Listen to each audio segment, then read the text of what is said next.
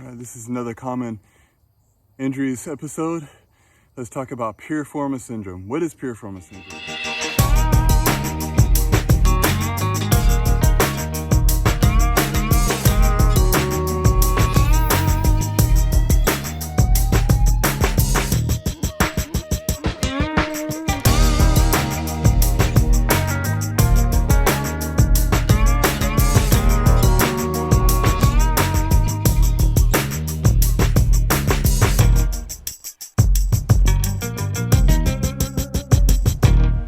Pain in the back portion of the hip. It's a muscle that attaches to your sacrum and then attaches to the hip.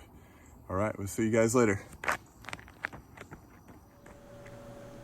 Welcome back to the channel. I'm Andrew with Running with Dr. Andrew. I'd like to talk to you about piriformis syndrome. What is piriformis syndrome? It is a muscle that attaches to the outside of your femur. So it's kind of about right here. And it goes into your sacrum here. Sacrum is a V-shaped bone that attaches to your pelvis. And so that muscle comes across there and it can get irritated. And so there's also a nerve underneath there called the sciatic nerve. And probably a lot of people have heard that before, having sciatica-like symptoms. I did do a vlog a while back about sciatica, so I'll tag that at the end as well, at the end screen.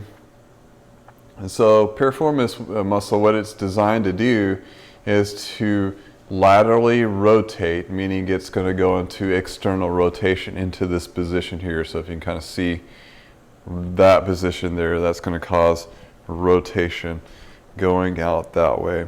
And also whenever it hip flexes going up, it helps going into abduction, going away from your body there. So how do you injure this muscle? Well, several different ways. Sometimes people injure this muscle just by, it can be painful with sitting for long periods of time. And also can be painful with running. It does a lot of rotation. It's a good stabilizing type of muscle to help stabilize your ball and your socket into the socket there. And so what happens is if you do a lot of going downhill or going uphill and you're rotating in a little bit more. And so that, again, that muscle helps with this position, but also helps kind of assist into preventing going into that position there too. So if you're weak, it will definitely cause more strain into the hip. And so then what else you can, definitely running, maybe running uphill. If sometimes when people, I find if they have weak ankles and they pronate in a little bit more, we talked about pronation last week as well, talking about how overpronation can cause more increased pain. And so the question is, how do you help with this piriformis syndrome? So I like to show you a few exercises to help with preventing and maybe even helping with your piriformis syndrome. So the first exercise that you can do is, if you've got a foam roller, you can foam roll this muscle. And so the first thing you're going to do is find the floor or a mat. You can come on this area here. And so what you're going to do is find the spot. So I kind of we'll do my left side here. And so you're going to cross your leg. And then you're going to find that tender spot right there. So actually I have a little bit of tender spot right there. And you can kind of just roll back and forth. It feels kind of good. And typically you're going to do this until it pretty much almost goes all away. And so nice. And feels good there. Good. So you can kind of do that for several minutes there. And then you want to switch sides, even though if you have one painful side on one side, but it's always good to do both sides just to kind of prevent any piriformis syndrome. And sometimes piriformis syndrome, you can have some leg pain too. So just because the nerve is in the area, if it gets a little contracted and it gets tight, it can cause some leg pain. So the next thing we're going to do is show you is a stretch that you can do. This is just a very good stretch.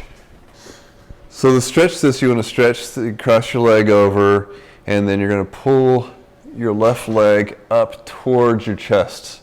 And you should feel on this side, you should feel that stretch here. So I'll do my left side here. So that way you can see, the camera can see. And then you hold that for about at least 30 seconds. A couple times. You can do that 2 to 3 times a day. Should help out with that piriformis syndrome. And so an exercise that you can do to help strengthen things up is doing some called closed chain exercises. And these are good to do. What you're going to do is have a band, and then you're put this around your legs.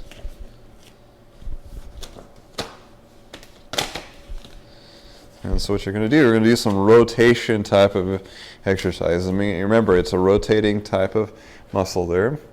Again, it should be somewhat pain-free here. So if you're working on your right side or your left side, you're going to rotate in and rotate out. In and out. You can do about 15 repetitions of that to really help out with your piriformis syndrome. And hopefully help prevent you from getting this piriformis syndrome. So if you don't have it yet, and if you want to prevent it, these are good exercises to do. And so hopefully those 3 exercises, there's many more exercises you can do. This may get you started on something. If this continues to give you some issues and painful, so definitely don't hesitate to go see your local physical therapist or your physician. And so if you haven't subscribed to this channel, hit subscribe and ding that bell and give this video a like. Again, that kind of helps out in getting more people to view this video about piriformis syndrome. And so I hope everyone keeps safe, keep running, and we'll see you next time.